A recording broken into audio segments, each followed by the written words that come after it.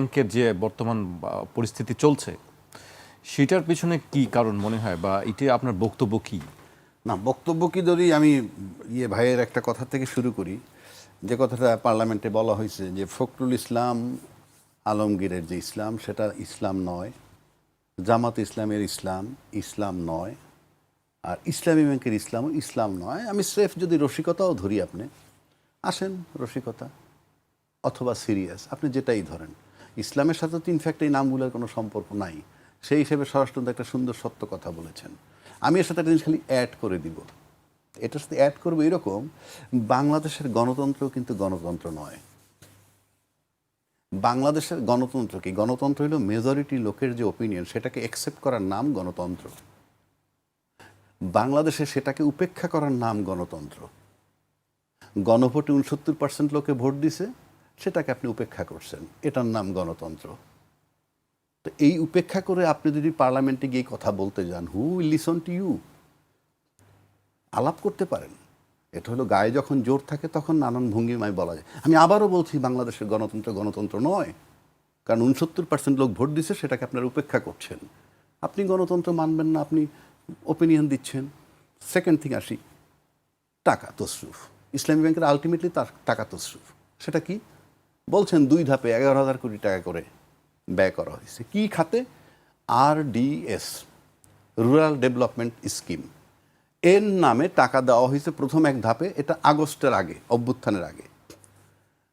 কি 10,000 টাকা করে ঋণ টিন দিয়ে, এবং পরে আবার সেটা মৌকুব করে দিয়েছে। দ্যাট ইজ টাকাটা তাদেরকে দান খয়রাত করছে। কি জন্যে?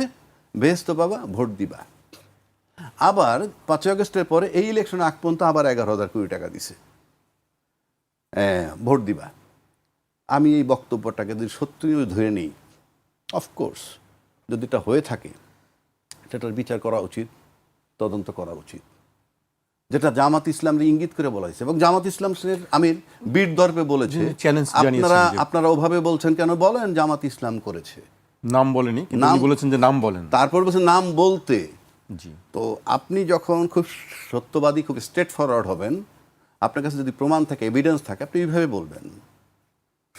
সব জায়গায় চলে না। আপনারা যে আমি গণতন্ত্র নাই বললাম, সে পর্যন্ত তো পার হয়ে গেলেন জনগণকে ধোঁকা দিয়ে, সেটা ঠিক আছে। কিন্তু আমির ইসলাম, জামাতের আমির এটাও বলছে, আমি তাদের কথোপকথন বলছি, এটাও বলছে শ্বেতপত্র প্রকাশ করেন, আমি অ্যাবসোলুট চ্যালেঞ্জ করছি, এটা সে বলেছে। এবং তদন্ত করতে বলেছে, তাই না? বলছে একই কথা আবুল বারাকাত বলেছিলেন, যে ইসলামী ব্যাংকের ফান্ডিং করে জঙ্গিদের। পরিষ্কার উনি ওইভাবে বলছেন, জঙ্গিদের।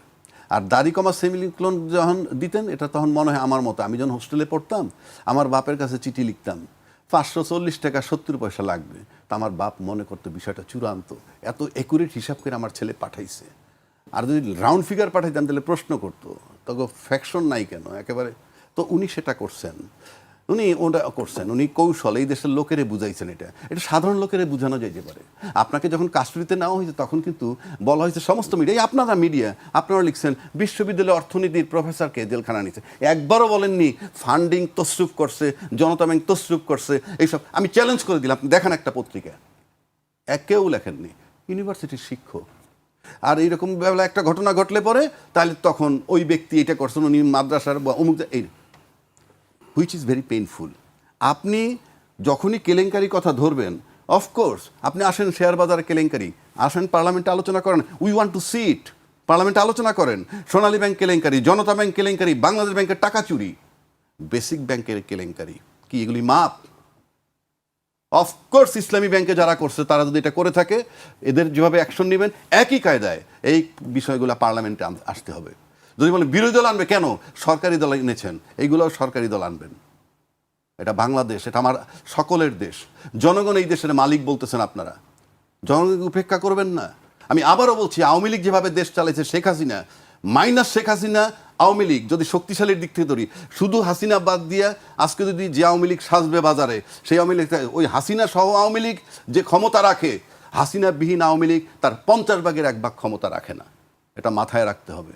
তো একইভাবে আপনাদেরকেও সেই চিন্তা করতে হবে। আপনারা এই শেয়ার বাজার কেলেঙ্কারি, সোনালী, জনতা ব্যাংকের কেলেঙ্কারি, বেসিক ব্যাংক কেলেঙ্কারি আলাপ করেন, আমরা দেখতে চাই আপনারা আলাপ করেন।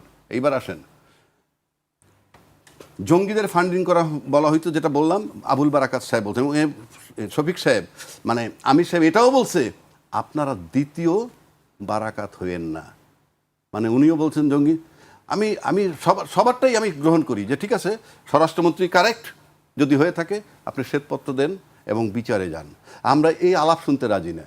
আগে বিগত সরকার টাকা তসরুপ করে গেছে, শুধু আলাপ, এই আলাপ মাঠে গ্রামে গঞ্জে আপনাদের আগে করে, আপনাদের আগে, আপনার ক্ষমতায় আসার আগেও, ইভেন দেশে আসার আগেও মানুষ করতেছিল। তো আপনি তো একই আলাপ করতেছেন, এইটা তসরুপ হয়েছে, ওইটা তো, what is the use of it? আপনি পার্টিকুলার ইসলামী ব্যাংক নিয়ে দিয়েছেন। এখন আসেন, ইসলামী ব্যাংক নিয়ে আরও একটা কথা বলছে, এটা নাকি জামাতের ব্যাংক নাম্বার 1।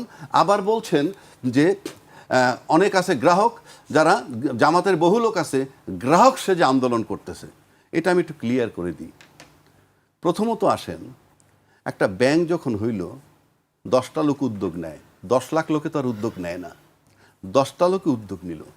এই 10টা লোক যদি জামাতের হয়ে থাকে অপরাধ তো নাই, উদ্যোগ নিয়ে আপনি একটা ব্যাংক করতে পারেন না।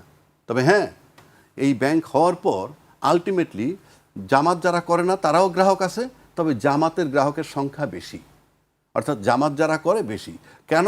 এটা সুদবিহীন, এটা কি ইসলামী কায়দায় দিব, আপনি বলতে পারেন। এটা বলছে, এটা আমি অস্বীকার করতেছি না, বলছে।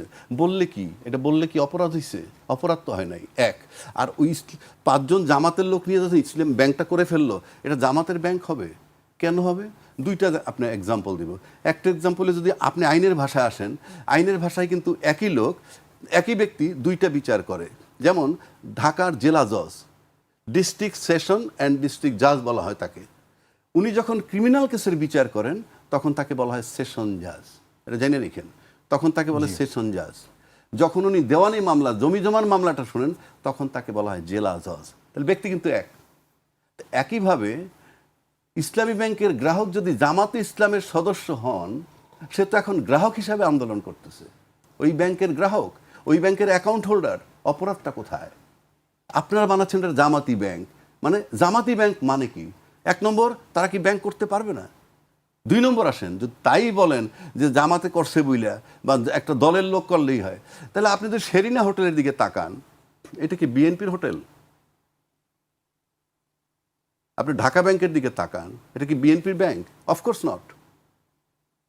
বাট শেরিনা হোটেলের মালিক বিএনপি করেন, ঢাকা ব্যাংকের মালিক বিএনপির এমপি। ডাজ ইট মিন যেটা বিএনপির ব্যাংক? আবার উল্টা দিকে আসেন, 3 জন এমপি মিলে উদ্যোগ নিয়ে যদি একটা ব্যাংক করে, তাতেই অসুবিধাটা কোথায়? আবার বলতেছেন আপনারা কি যে দলীয় লোক সব ওই ব্যাংকে ঢুকাইছে, সেখানেই বা অপরাধ কোথায়?